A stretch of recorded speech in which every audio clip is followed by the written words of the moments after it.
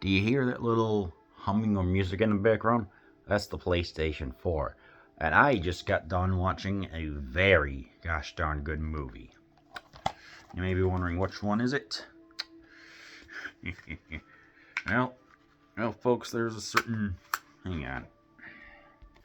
This time it is a motion picture adaptation from the journals of Sergeant York. Oh yes, as you can tell. Unfortunately, because there's this Michigan E-Library sticker, I can't exactly get it off. But this was the poster for Sergeant York. Torn between religious pacifism and patriotism, Alvin York of Tennessee went on to become World War I's most acclaimed hero. As the simple backwoods farm boy who captured 132 Germans during the Battle of Argonne, Gary Cooper, handpicked by York, also won acclaim and his first Best Actor Academy Award. Released in 1941, when the U.S. was on the brink of another war, this stirring adventure inspired thousands of enlisting men. Nominated for a total of 11 Oscars, including Best Picture, a winner for Best Film Editing, and movingly directed by Howard Hawks. It tells of a religious man's moral crisis, heroics, and subsequent return to the rural life he lived, refusing to capitalize on the adaptation heaped upon him. An ode to patriotism and the human spirit, Sergeant York endures as one of Hollywood's finest hours. Dang. So yes, Howard Hawks directed The Big Sleep and Bringing Up Baby, and is also the producer of The Thing from Another World, which I already did a review of. And 2 hours and 14 minutes, just wow. Black and white, 1941. I'm just astonished just by how amazing this is. I already saw this when I was roughly, 25, 26, and I remember over the time when I was watching this with Ken, we had some spirits and we watched what was going on. And then I wasn't as well versed, I guess, would be when it came to how I perceive movies. And this one, isn't, it's an absolute classic. Winning 11 awards. What really makes this movie, though, is Gary Cooper. He was personally selected by Sergeant York because York himself refused to have his movie adapted ever since 1919 because he said this uniform's not for sale. But he had 3 conditions. One, that all the proceeds from this movie would go towards a Bible school. Where was he born? In Tennessee, Kentucky. 2, that the person who would play his wife would not be a smoking woman. She would not be a whoopee girl or an oomphy girl or something like that. And 3, Gary Cooper would personally do it. Cooper refused at first, not wanting to play such a purebred hero, but a personal plea from Alvin himself convinced him, and won Best Actor for 1941, the Academy Award. And it's like, yeah, darn straight. What this is how you do an adaptation of someone's life. You show them in the beginning, because what I love is the progression of everything. It's so gosh darn good that it's like, because when you show him just being a man who's living in the country trying to purchase an acreage, a bottomland, I think it's called, for $120 for 1919 money, whatever that is, probably $10,000. I have no idea the exchange rate. 2, you show, don't tell what type of person he is. Yes, he did. Yes, he did get in a fist fight and and he did drink. But he was also a religious man at the time. This movie makes it shows him being not religious at first, but then as he's going to, because the land was purchased by someone else, he, in a drunken state, is about to ride his horse with a firearm, probably to bill him. He gets struck by lightning, his gun gets snapped in half, and then eventually he joins the church. But we also get to see him be a sharpshooter. It's like the show, don't tell, but it's also doing perfectly well with the telling of his character. There's a firearms tournament to determine who's the most accurate, And it's like they got this little Phillips Morris, I guess, like triangle thing. The red and the white. It's like, hey, get as close as you can in this little triangle area, and go like right above where the red triangle is in the white, and we actually get to see how close it was. I mean, this to show the marksmanship of him. That's what I like, is the showing part as well. Have him be like caring about his family, but also have him kind of just be like, hey, I don't want anything to do with the war, because we get to see the war hinted at in a newspaper, and is laid down. But again, it's seeing his family life that builds the characters and the drama. Ironically, we also see June Lockhart, who plays his sister, who is still alive at 99 years old, and is also in Troll 1 as Eunice St. Clair. That was interesting to see. And then, of course, show him actually training and him being a marksman again. And see the moral conflict that he has.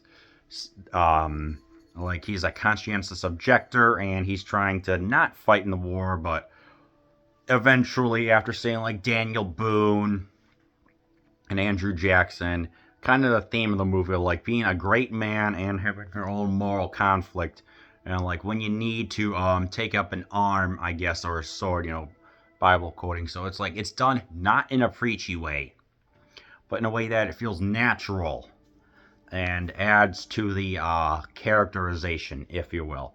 Then finally, I guess the third act or whatever is when we get to see all the action going on. I would say about 1 hour 45 minutes is where York is famous for taking down a lot of Germans, also known as Heine's. Heine was shortened form of Heinrich Henry, because that was a common German name. And it's intense having to crawl across when there's already like a machine gun nest that is billing a lot of people, and just what he has to do when he grabs his rifle, clocks most of them out permanently, and then gets a handgun and clocks some of them out permanently as well. I think it's like 12 before they said this guy is an absolute skilled marksman. We can't take any more. We're going to give the white flag. Yeah, powerful stuff right there. That scene alone must have been a lot of takes and stuff like that. Just looking at it. And then eventually at the end it's like, hey, we captured 132 Germans. Yeah. So then the end, it's like he's hailed as a national hero. And then at the end it's like, hey, let's go return. He returns, sees the love of his life, whatever her name was, and then just refuses endorsements from like wanting to be in a motion picture or for like food and stuff like that. He's like, after the stuff I experienced, I only went in there and billed a lot of people because I had to. Those are the type of people that should be looked up to, not talking heads. Those who have a moral compass of like, it's got to be done in a way that benefits those who are little and nothing big like that, because they're offering everything up at $250,000 in 1919 money. And that is the type of person that should be looked up to a lot more, if you ask me. I mean, yeah, later, eventually, he did start talking about like World War II and things like that with FDR, but he did establish like the school and everything else. And even when he was taken off as president in 1936, he still was active in like the Bible school or whatever it was. So it's like, yes, he may have said some things, but overall, he did seem like a very moralistic man.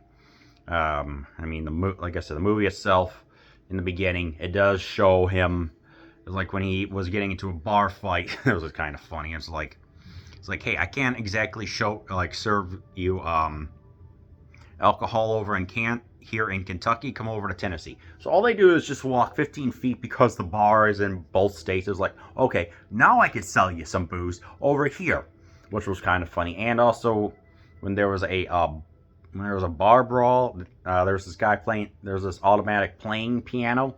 They just increased the tempo for when things were getting a little bit more out of hand, passer punches and flips and stuff like that. Eventually slowed down when things got less pugilistic, I guess is the word. So that was kind of funny and clever, and a funny way to get the music and stuff going on. But yeah, it's that was actually pretty funny.